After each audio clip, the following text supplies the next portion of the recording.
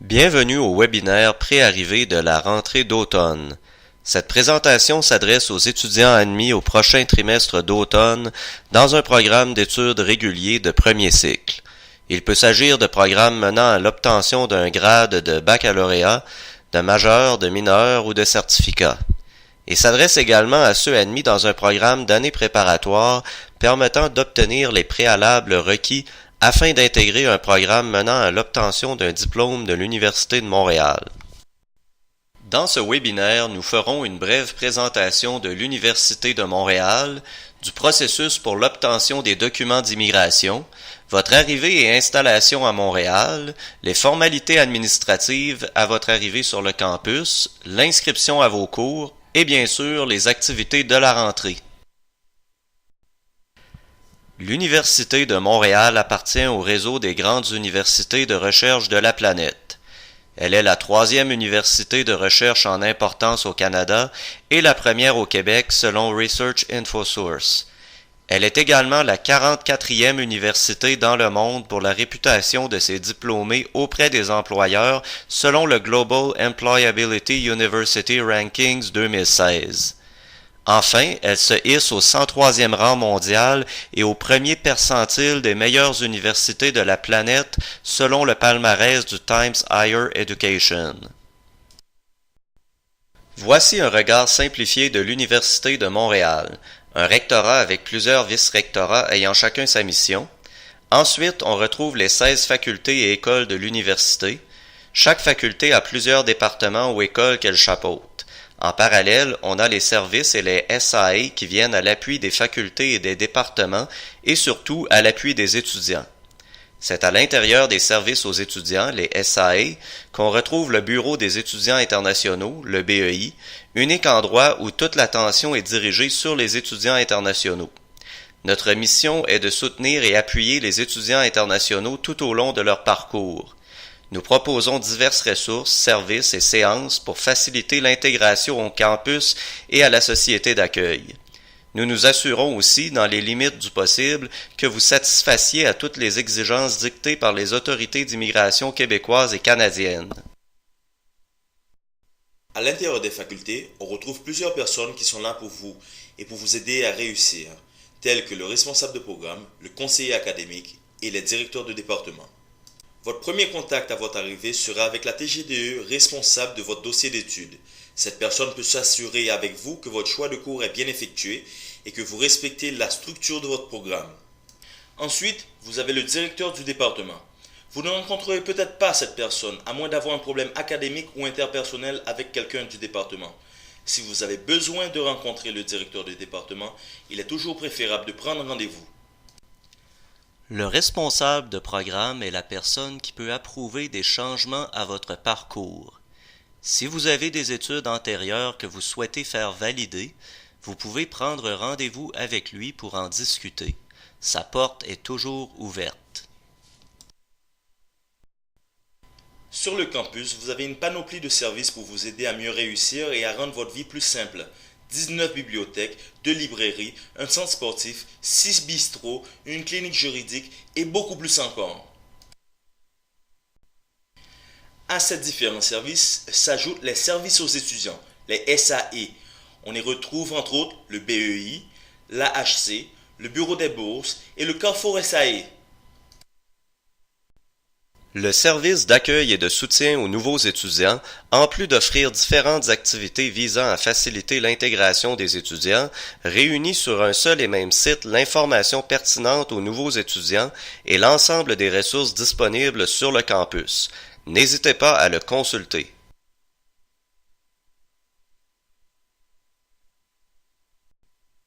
Abordons maintenant le sujet des autorisations de séjour exigées pour les étudiants étrangers qui viennent au Québec.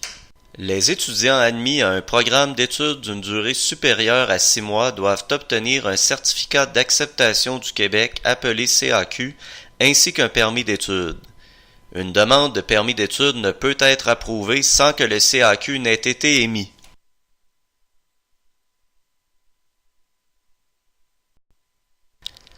La demande du CAQ se fait en suivant les instructions disponibles sur le site web du ministère de l'Immigration, de la Diversité et de l'Inclusion, le MIDI, plus communément appelé Immigration Québec.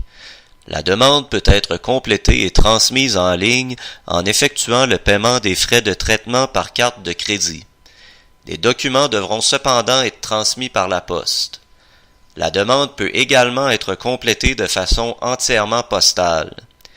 Assurez-vous de joindre tous les documents demandés et de transmettre l'envoi par service de courrier recommandé afin de réduire les risques de perte de votre envoi et avoir une preuve à l'effet qu'il a été reçu à la bonne adresse.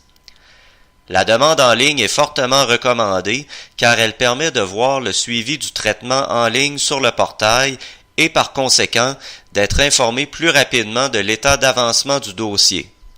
Le délai de traitement est d'environ 26 jours ouvrables à partir de la date de réception des documents. Cette démarche devrait déjà avoir été complétée. Assurez-vous que le cycle d'études indiqué sur le CAQ corresponde à celui du programme dans lequel vous avez été admis. Dans le cas contraire, veuillez communiquer avec le MIDI. Une fois que vous avez obtenu le CAQ ou la confirmation en ligne à l'effet qu'il a été émis pour un niveau d'études et une période de validité spécifique, vous devez entamer votre demande de permis d'études. Cette demande est traitée par les autorités d'immigration, réfugiés et citoyenneté Canada aux différents bureaux des visas à travers le monde. Les citoyens de certains pays doivent également obtenir un visa apposé à leur passeport pour être autorisés à entrer au Canada. Consultez la page web du Bureau canadien qui dessert la région où vous vivez pour connaître les modalités à respecter pour déposer une demande de permis d'études. Une fois la demande approuvée, une confirmation vous sera transmise. Le premier permis d'études sera émis par un agent douanier au point d'entrée au pays sur présentation de celle-ci et du CAQ. Ayez également en main votre lettre d'admission. Les résidents des États-Unis et des îles Saint-Pierre et Miquelon peuvent demander le permis d'études directement au point d'entrée. Pour plus de renseignements, consultez le site web d'IRCC au www.cic.gc.ca.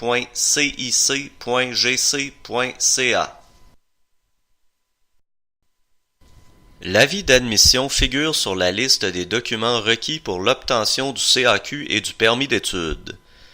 Vous devez le télécharger en ligne sur votre centre étudiant en utilisant votre code d'identification et votre mot de passe UNIP reçu une fois la demande d'admission transmise.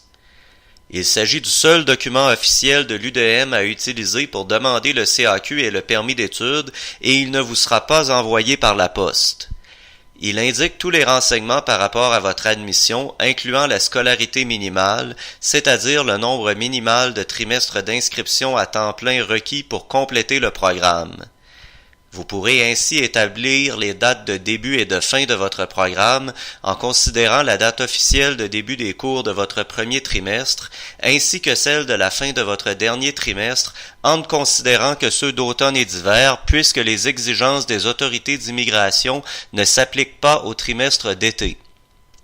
L'avis d'admission doit préciser que vous êtes admis comme étudiant à temps plein.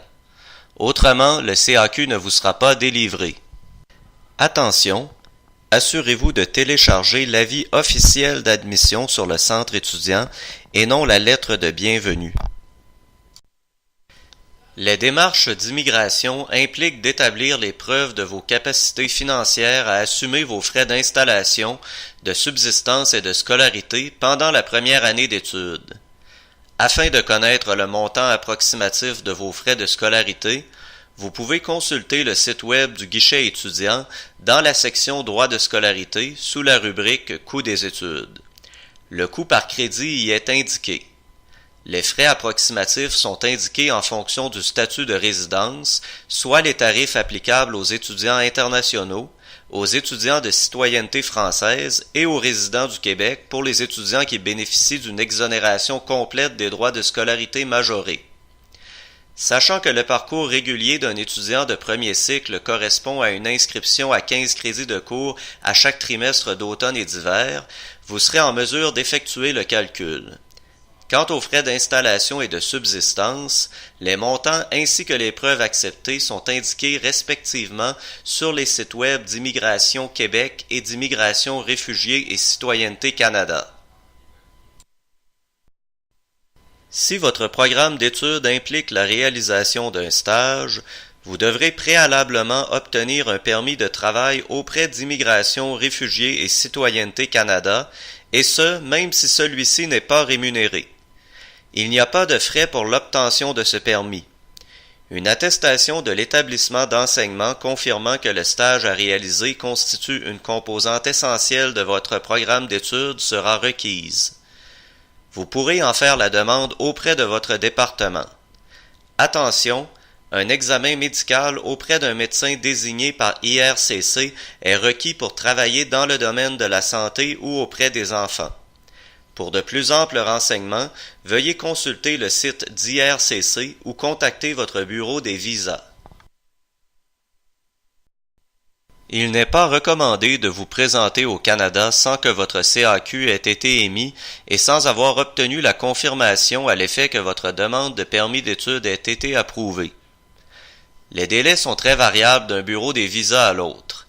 Votre admission ou votre citoyenneté n'est pas une permission automatique d'entrer au Canada. Vous devez y entrer sous le statut qui corresponde à vos intentions quant à vos activités sur le territoire. Vous devez respecter les conditions établies par les règles québécoises et canadiennes. Ne pas s'y conformer peut avoir des conséquences pouvant aller jusqu'au renvoi. Il n'est pas dans l'intérêt d'un étudiant de débuter ses cours avec plus d'une semaine de retard. Un étudiant qui commence son premier trimestre avec un si grand retard peut avoir de grandes difficultés à remonter la pente et risque de se retrouver en situation d'échec. Par ailleurs, les places disponibles dans les cours se font plus rares à ce moment-là, donc il devient difficile de s'inscrire à temps plein. Veuillez vous référer au calendrier des études de votre faculté pour connaître la date limite pour s'inscrire à un cours. Pour plus de précision, veuillez communiquer avec votre département. Si la demande de permis d'études n'est pas approuvée à temps, il est préférable de déposer une demande d'admission au trimestre suivant. Enfin, il n'est pas recommandé d'arriver plus d'un mois avant le début des cours afin d'éviter d'être trop longtemps au Canada sans étudier pendant un trimestre. Une fois que vous avez passé les formalités d'immigration et de douane et que vous devez vous rendre à votre lieu d'hébergement, sachez qu'il existe différentes options disponibles à partir de l'aéroport de Montréal. À partir de l'aéroport, prévoyez payer entre 30 et 40 $ pour vous rendre proche de l'université ou au centre-ville. Dans la zone des arrivées internationales, il y a un bureau de change où vous pourrez changer quelques dollars pour vos premières dépenses. Pour ceux qui préfèrent une option plus économique, la Société de transport de Montréal offre un service de bus qui vous mène directement de l'aéroport à la station de métro Berry-UQAM en effectuant d'autres arrêts au centre-ville d'où vous pourrez prendre le métro ou un autobus pour vous rendre à votre lieu d'hébergement. Le tarif spécial d'utilisation de la navette 747 est de 10 $ payable en argent comptant. Lors de l'embarquement, assurez-vous d'avoir en main le montant exact en pièces de monnaie, car les billets ne sont pas acceptés et la monnaie n'est pas rendue. Ce tarif offre également un laissez-passer valide 24 heures sur tout le réseau bus et métro de la STM. Ce service est offert 24 heures par jour, 7 jours sur 7. Pour faciliter votre arrivée, vous pouvez utiliser le service Accueil Plus qui offre un accueil personnalisé dès votre arrivée à l'aéroport. Vous pouvez consulter le site web pour de plus amples renseignements et pour vous y inscrire. Si vous n'avez pas déjà trouvé un logement avant votre départ, vous devez prévoir un hébergement temporaire à votre arrivée. Il est toujours préférable de réserver la première nuit d'avance, surtout pour ceux qui arriveront en soirée. Les étudiants de l'UDM ont accès au service du bureau du logement hors campus qui offre des conseils pour trouver l'appartement qui vous convient le mieux. Ce service dispose d'un répertoire d'annonces classées disponibles aux étudiants admis pour faire la recherche de logement. Le site web affiche également les coordonnées de quelques lieux d'hébergement temporaire tels que des hôtels ou encore des liens vers des services alternatifs qui offrent d'autres types d'hébergement temporaire à des prix divers. Les résidences universitaires sur le campus sont disponibles pour les étudiants admis à l'Université de Montréal. Si vous avez fait une réservation et qu'une chambre vous a été octroyée, vous pourrez vous rendre directement à l'accueil du service des résidences afin de prendre possession de vos clés. Le service des résidences est situé sur la ligne bleue du métro à la station Édouard-Montpetit au 2350 boulevard Édouard-Montpetit. Une fois sur le campus, vous devrez venir au BEI afin que nous fassions des copies de vos documents d'immigration pour régulariser votre dossier. Nous vous remettrons également un aide-mémoire qui vous aidera à ne rien oublier en ce qui a trait aux choses à faire à la rentrée. Vous devrez ensuite assister à une séance d'information offerte par notre bureau. L'horaire sera disponible.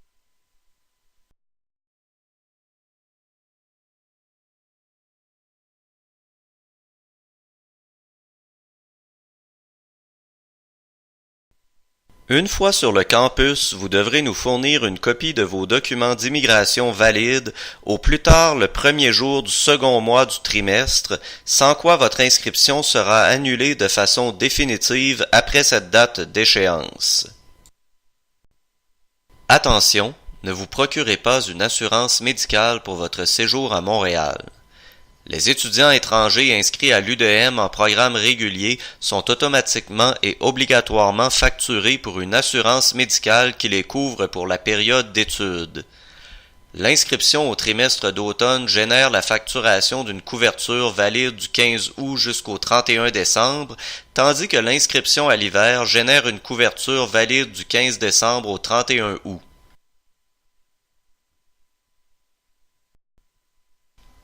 L'adhésion à l'assurance médicale collective de l'UDM est automatique et obligatoire. Il existe cependant des situations où il est possible d'en être exempté, la plus fréquente étant l'admissibilité au régime de la Régie de l'assurance maladie du Québec, plus communément appelée RAMQ. En vertu d'ententes de réciprocité, les ressortissants de certains pays d'Europe qui contribuent au régime public d'assurance maladie dans leur pays et qui sont inscrits à temps plein dans un établissement d'enseignement au Québec peuvent être admissibles à la RAMQ.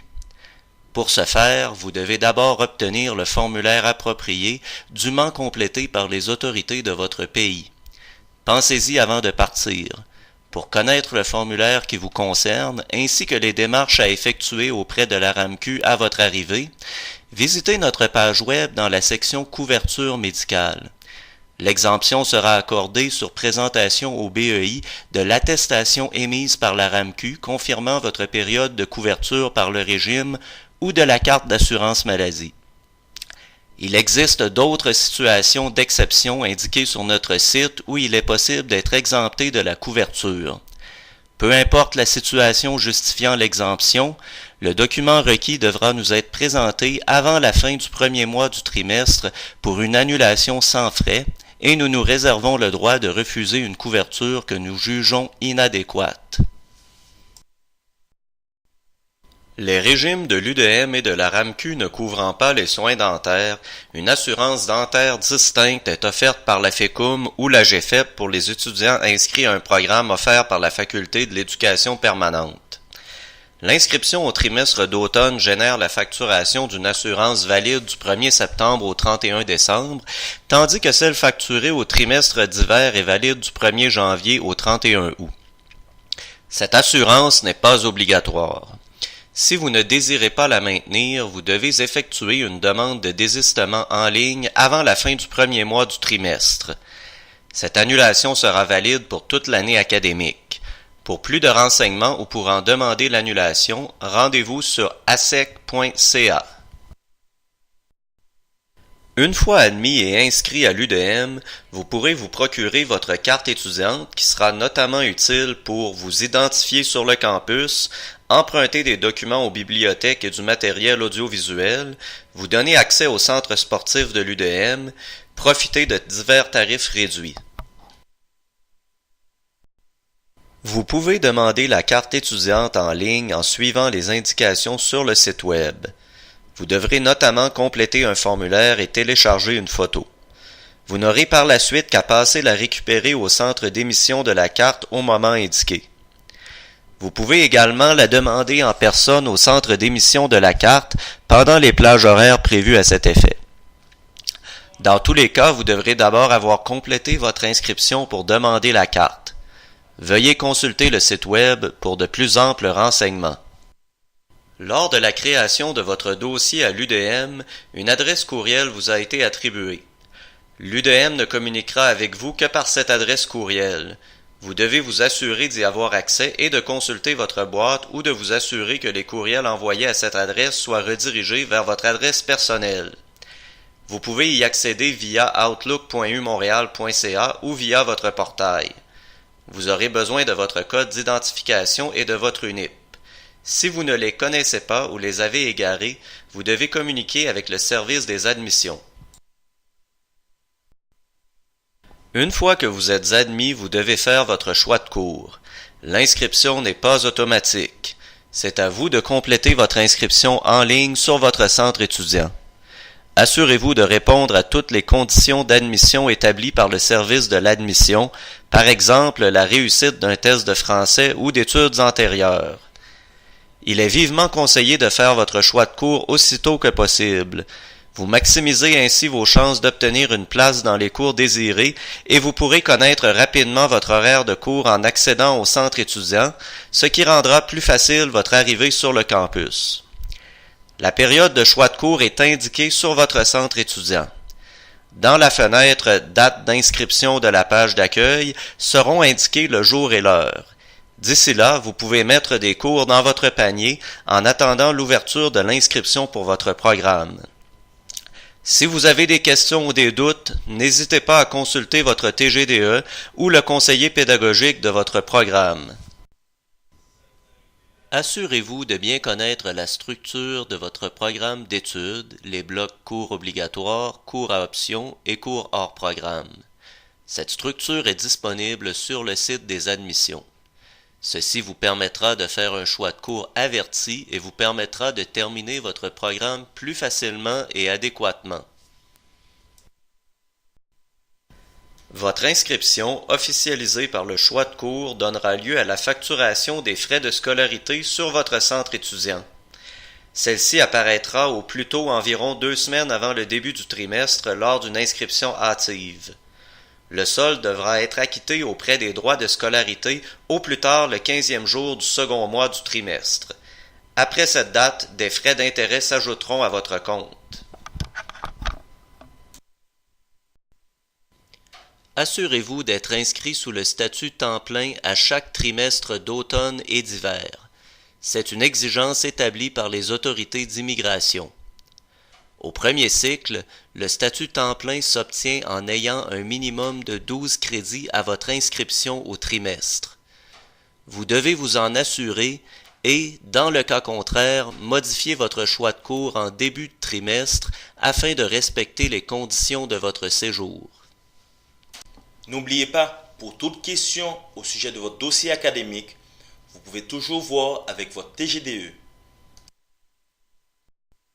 Une programmation diversifiée d'activités vous est proposée dans le cadre de la semaine d'accueil qui se tiendra du 27 au 31 août prochain, mais en attendant d'arriver sur le campus, vous pouvez joindre le groupe UDM+1 sur Facebook pour poser toutes vos questions à l'équipe d'ambassadeurs étudiants et vous pouvez également être jumelé à un parrain ou une marraine avec le programme Passerelle.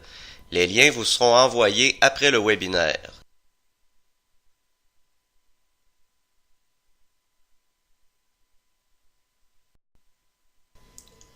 Votre association étudiante a probablement planifié des activités pour la rentrée. Soyez à l'affût de leurs annonces ou invitations. Petite note, certaines convocations à des fêtes d'initiation des étudiants en première année peuvent avoir une allure officielle ou l'UFOC. Soyez attentifs et renseignez-vous aux besoins.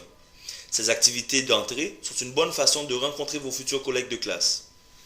La Fédération des associations étudiantes du campus de l'Université de Montréal, aussi connue sous le nom de la FAECOM, a aussi une programmation d'activités pour la rentrée. Visitez leur site web pour en prendre connaissance. www.faecom.qc.ca.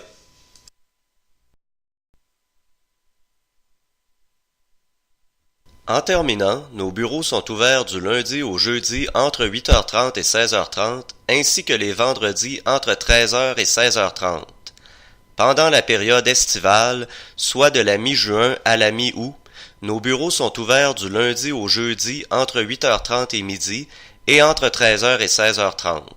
N'hésitez pas à venir nous rencontrer. Ceci met fin à la présentation.